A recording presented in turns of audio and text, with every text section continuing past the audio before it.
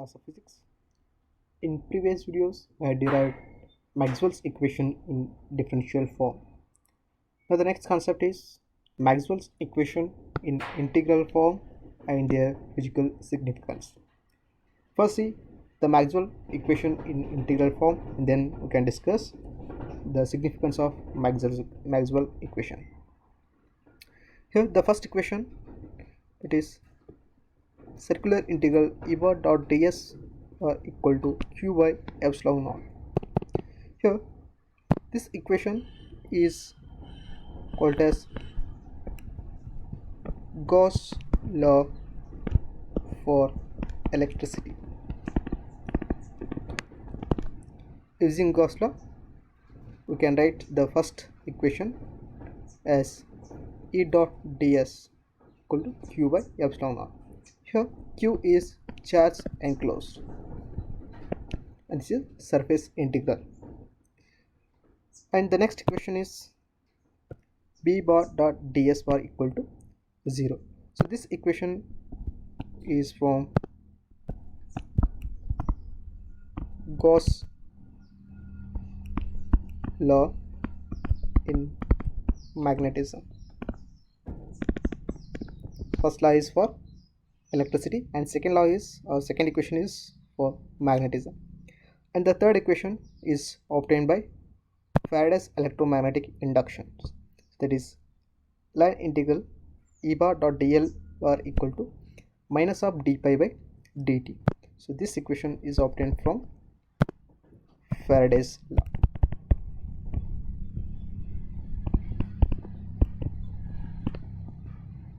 For electromagnetic inductions.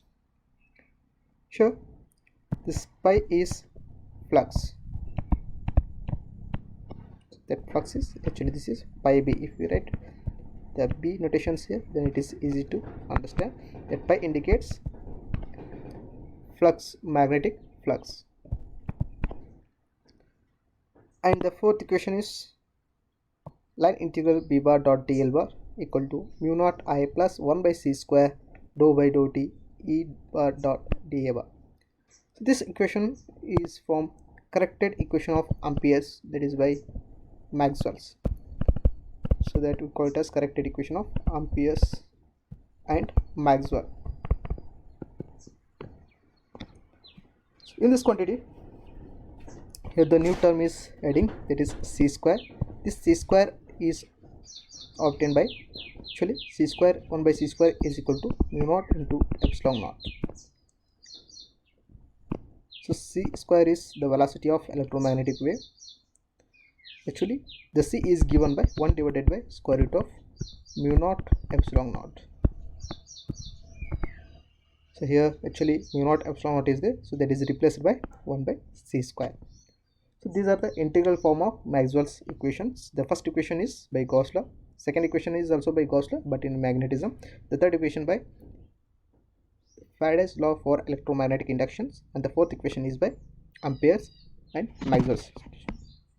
Okay. So what are the significance of these equations? Okay, we'll discuss next.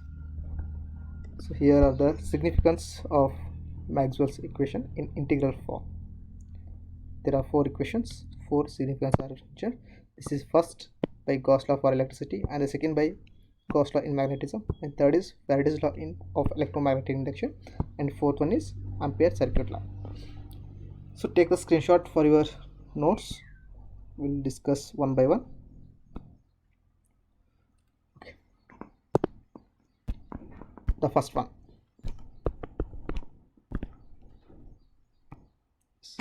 This is the first one, that is integral of E bar dot ds bar is equal to q by epsilon naught.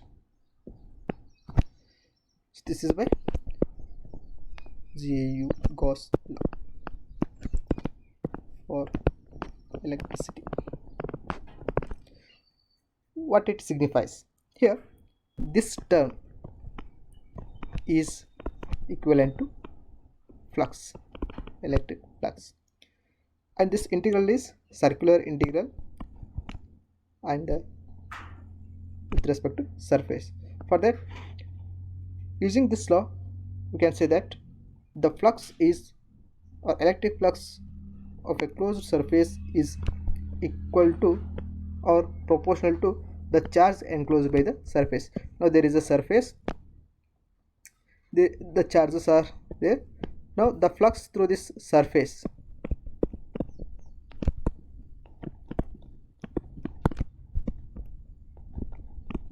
is proportional to charge enclosed. Okay. If charges are increases, then the flux values also increases. Okay. And one more signifies that if there is a charge, then there is a electric field. If there is an electric field, that indicates there should be a charge. If there is no charge, then there is no electric field. There is no electric field. So this is the first equation of Maxwell's and its significance. And the second one is integral of B bar dot ds bar is equal to 0. So this is by Gauss law for magnetism. What it signifies here, B bar dot ds bar is equal to 0, that is flux is equal to 0. That flux is, magnetic flux is 0 for a closed surface. This signifies there is no monopole for magnet. That means there is no initial point and there is no ending point for the magnetic field. For that, if the magnetic lines of forces are passing through or enter to the surface, then that will pass through that surface only. So here one more we call it as there is no source and sink for the magnetic field. Actually the magnetic field having two poles and the lines are passing through going from one pole to another pole, and inside that again this it forms a closed loop that indicates the magnetic flux is 0 for a closed surface. This is the second significance of significance of second equations. And third equation is from Faraday's law electromagnetic inductions. So that actual third equation of electromagnetic induction is EMF is equal to negative rate of change of magnetic flux dt. So this is the third equations, and modifying this equation then we get the Maxwell's. What is EMF? EMF can be written as integral of E bar dot dl bar is equal to minus d pi by dt. So what is pi? Here pi is magnetic flux linked with the surface. Here this indicates the rate of change of magnetic flux will induce an EMF.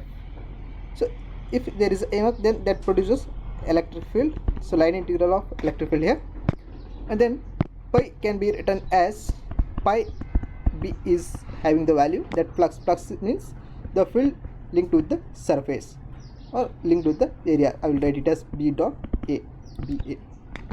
Okay, so b is magnetic field. If electric flux, then it is pi equal to e into a.